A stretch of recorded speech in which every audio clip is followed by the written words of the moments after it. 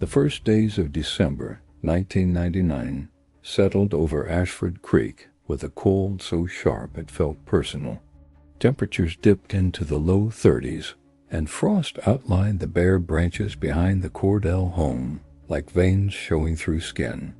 The millennium was approaching. People in town talked more about Y2K glitches than Christmas lights, but beneath the holiday chatter was an unspoken tension, a shared tightness in the chest that came from knowing that a missing girl was still somewhere in the woods, in the water, or in the memories of the wrong person.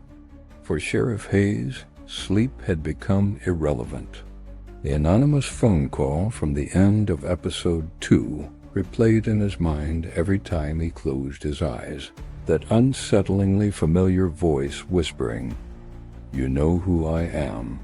He sat in his office the next morning, sipping coffee gone cold, staring at a spread of papers laid out like a crime. Scene map photographs, interviews, the copy of the threatening note, the locket open, to the cracked photograph of Amber and the unknown girl. A heater rattled in the corner. The air smelled faintly of dust and burnt coffee. It wasn't one clue that haunted him. It was the network of them, the way they threaded together too tightly to be random. Someone close, someone trusted, someone who felt confident enough to taunt him. He rubbed his eyes and opened Amber's notebook again. The pages were filled with tiny handwriting, sometimes rushed, sometimes neat, but always precise. At the top of one page from early May was a strange line. "He says he understands me better than anyone. But how can he, if he hired so much?" Hayes studied the sentence, reading it again and again. It was emotional, intimate. Not something a 17-year-old would say about a passing acquaintance. This was someone she had let into her life, someone who had slipped under her guard. Amber had mentioned eyes that watched too closely. Lila had said she felt uneasy around him. Jared had feared him. And the note had been placed at the Cordell home by someone who knew the house well enough to approach undetected. This was not a stranger. The first interrogation of the day was with Amber's history teacher, Martha Lewis. She entered the sheriff's office bundled in a thick wool coat, the cold still clinging to her hair. She looked tired, as though she had been carrying the weight of the town on her shoulders. "Martha, thank you for coming," Hayes said. She sat across from him, folding her hands. "Sheriff, I know this isn't easy for anyone, especially now. You said Amber mentioned someone new in her life," Hayes reminded gently. "Someone she didn't want to name." Martha nodded. "Yes, she was guarded about it. She said he'd been attentive. Too attentive." Hayes leaned back. "Did she ever give you any hint? Anything at all?" Martha hesitated. She closed her eyes, searching her memory.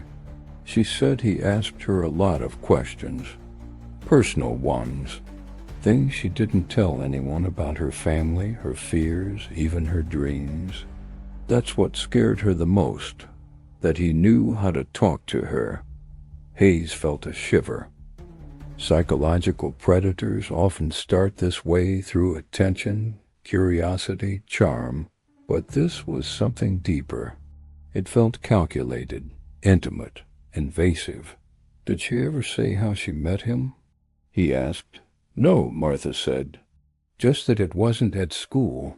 Not at school, Hayes thought, but close enough to enter her life quietly. As Martha left, Hayes glanced again at the locket. The unknown girl in the photograph, standing next to Amber, seemed almost ghostly now. She wasn't smiling fully. Her expression was tight, unsure. Hayes wondered if Amber had confided in her too. By noon, he'd moved on to his next interview, Lila, now jittery and defensive. Her eyes were red from sleepless nights, and she seemed reluctant to enter the room.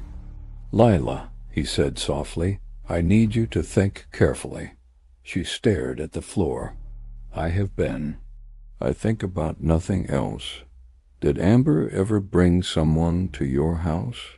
Or mention meeting someone new, maybe around the bridge?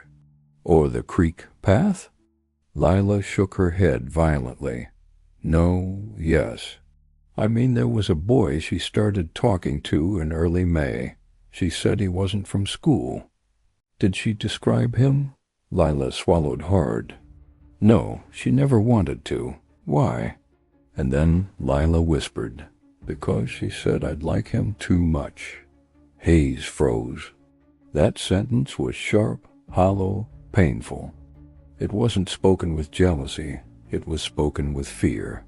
Amber hadn't wanted her best friend anywhere near him. He let Lila go, watching her exit with her shoulders trembling under the weight of guilt she didn't deserve.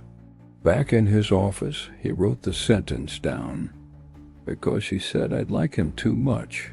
It was another indicator of manipulation, charm, and control traits he'd seen before in case studies taught in FBI behavioral seminars. Hayes remembered reading about similar patterns in the 1997 disappearance of a 14-year-old Minnesota girl, how the suspect had infiltrated her friend group psychologically before abducting her. Those cases never left an investigator's memory. That afternoon, December 5th, he paid a visit to Amber's father, Mark. They sat in the living room, a fire crackling weakly in the hearth.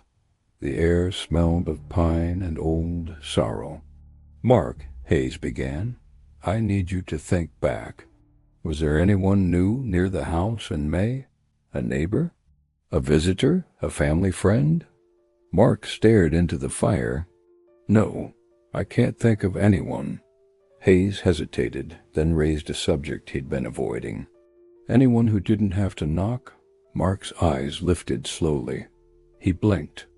"You're asking if someone close to us, someone we trusted." Hayes didn't answer, but his silence did. Mark looked away, pain flaring in his expression. "Sheriff, if you're suggesting what I think you are, then God help us all." Outside, Hayes stood by his truck, staring at the Cordell home. Snow flurries drifted slowly from the gray sky. He felt a tightening in his chest, the slow, painful realization that the line between family and threat might have been crossed long before Amber disappeared. He returned to the station to find a new piece of information waiting for him. The partial fingerprint from the locket had returned from the state lab with a possible match. Not a confirmation, just a possibility. But the name listed made his heart hammer. He read it again, disbelieving.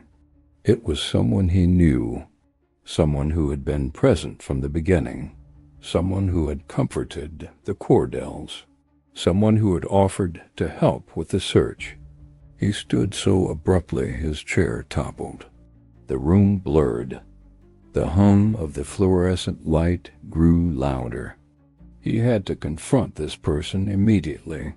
But before he could leave, Deputy Sharon Ward hurried in from the parking lot, hair dusted with snow.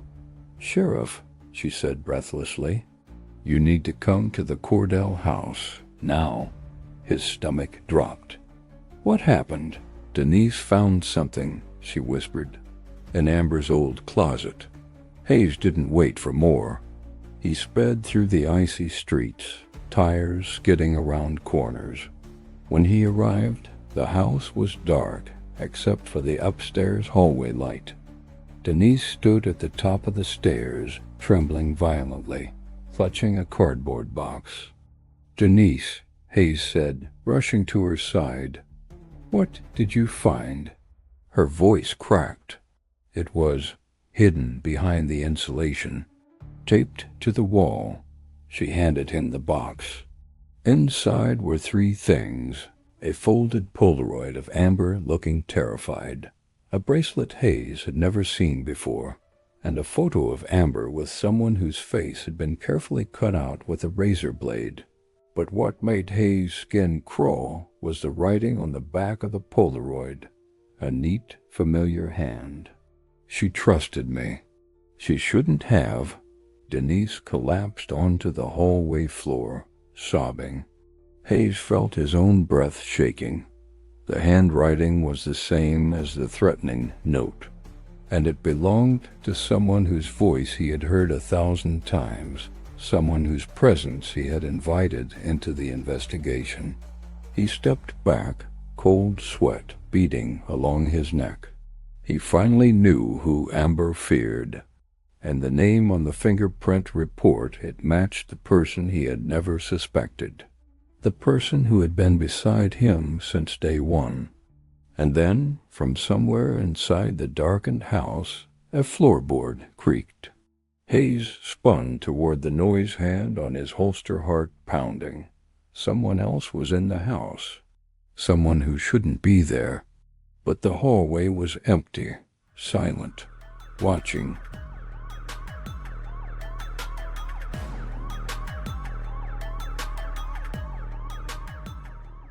Hayes moved slowly down the dark hallway, every step measured, his breath shallow. The Cordell residence had never felt threatening before, but now the quiet pressed in on him like a physical weight. Denise was still on the floor behind him. Deputy Ward now kneeling beside her, trying to calm her. The box with the Polaroids and the sliced photograph lay open on the carpet, a grotesque window into the mind of someone they had trusted. Another subtle creak came from Amber's bedroom. Hayes pulled his flashlight free, flicking it on with a soft click that seemed to echo unnaturally loud in the stillness. The beam cut through the shadows as he edged forward, hand resting on his holstered weapon. "Sheriff," Deputy Ward called faintly. He raised a hand. Quiet. Amber's bedroom door was ajar by less than an inch. Hayes remembered seeing it closed when they first arrived. The hairs on his arms stood up. He nudged the door with the tip of his boot, just enough for it to open a little wider. The scent of old perfume and dust drifted out. Inside, the room was exactly as Amber had left it. Clothes folded neatly. Posters of late '90s South bands peeling at the corners. A small cassette player with a recording tape still inside. Nothing disturbed, nothing except the closet door, slightly open. His heart hammered. "Come out," Hayes said, his voice measured but firm. "Show yourself." Silence. He approached the closet, pushing the door open with the back of his hand. The light swept over shoes, winter sweaters, stacks of books. Empty. Or so he thought. At the very back, wedged behind a stack of shoeboxes, was a library book with a torn cover. He picked it up, frowning. It wasn't dusty, it had been placed there recently. Inside the front cover was a slip of paper, a note. Same handwriting, same controlled pen strokes. "She told you. You didn't listen." Hayes swallowed hard. Whoever had written this had been inside the house recently, very recently, maybe minutes before they arrived. He stepped back into the hallway and looked at Deputy Ward. "Get Denise downstairs now." "What's happening?" Ward whispered. "He's been here," Hayes said. "Tonight." Ward's face drained of color. She moved quickly, helping Denise down the stairs, but halfway down, Denise grabbed the banister and turned back to Hayes. "Sheriff, who could do this? Who could hate her that much?" Hayes hesitated. The truth was a sharp stone in his throat. "Someone she trusted," he said quietly. "Someone we all trusted." Deputy Ward shot him a warning look. She could sense he knew more than he was saying, but Hayes remained silent. Until he had evidence that would hold up in court, he couldn't speak the name out loud, not yet. but the picture was becoming clear. After escorting Denise to a neighbor's house, Hayes and Ward drove back to the station in near silence. The snow fell harder now, dusting the windshield in a way that made the world outside seem distant, blurred.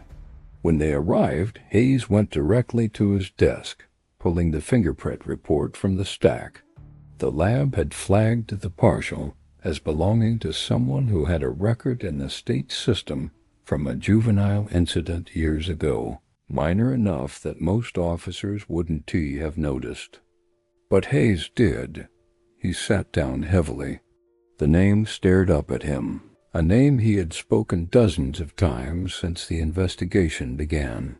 A name attached to someone who had stood beside him on Amber's first search grid.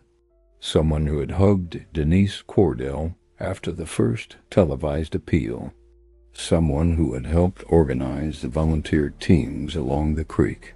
Someone who had worn a face of concern so convincingly that Hayes never once looked at him with suspicion. The room felt suddenly cold. Too quiet. Deputy Ward approached slowly. "Sheriff, what did you find?" He folded the report, sliding it into his coat. "Nothing I can prove yet," but Ward didn't believe him. She studied his face, eyes narrowing. "You're protecting someone." "I'm protecting the case," Hayes snapped. She held up her hands. "All right. But I want you to remember something. Whoever this is, he called you. He's playing with you. Don't let him corner you." Hayes rubbed his temples. She was right. Absolutely right. But he already felt cornered.